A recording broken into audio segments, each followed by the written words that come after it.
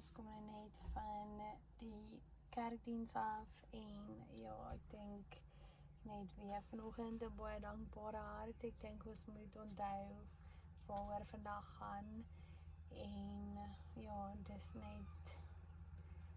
amazing, die onvoorwaardelike liefde en onverdiende redding wat ons ontvang het, omdat Jesus na hierdie wêreld toe gestuur is en ja, dink die tyd saam familie en die decorations en al dit is amazing, maar ek dink ons moet ook vandag onsself herinner waaroor vandag actually gaan en ja, ek voel net baie dankbaar en ja, net in awe en hoe amazing dit is dat God vir Jesus gestuur het